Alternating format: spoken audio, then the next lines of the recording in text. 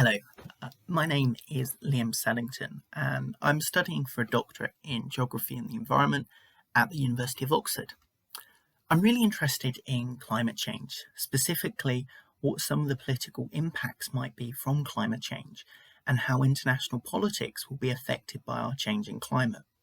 Now, my research focuses on low-lying island states, countries like the Maldives that are only a few metres above sea level. Due to climate change, we're seeing an increase in sea levels around the globe, and this is predicted to continue in the 21st century. Now, for some of these low-lying countries, this might mean that they are fully inundated by water. And so I'm interested in what happens next. What are the political implications of a country disappearing? Now, I can actually trace my research question back to a single interaction. So while I was studying for my undergraduate degree in geography, I was really interested in political geography, so questions around statehood and sovereignty. But I was also interested in physical geography, specifically climate change. So I was thinking about what to do after my undergraduate degree. Should I specialise in climate change or should I specialise in politics? And my tutor said, well, why don't you do both? And she gave me a paper which asked, what happens if a whole country disappears? And that really started off my research journey.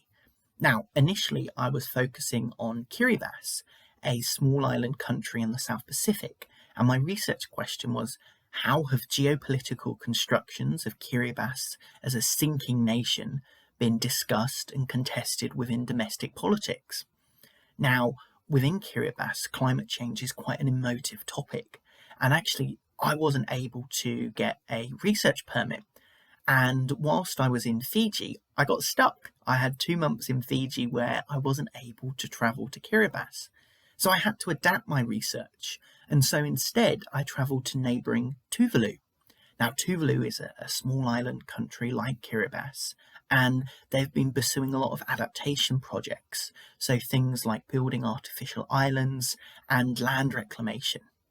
Now, I was still interested in Kiribati, and I still had an opportunity to speak to some diplomats and politicians from the country at events like the UN Climate Change Conference. But alongside this, I spent 2 months in Tuvalu conducting interviews. So I broadened my research question. So my research question ended up being, how are narratives of sinking islands understood and contested in Tuvalu and Kiribati?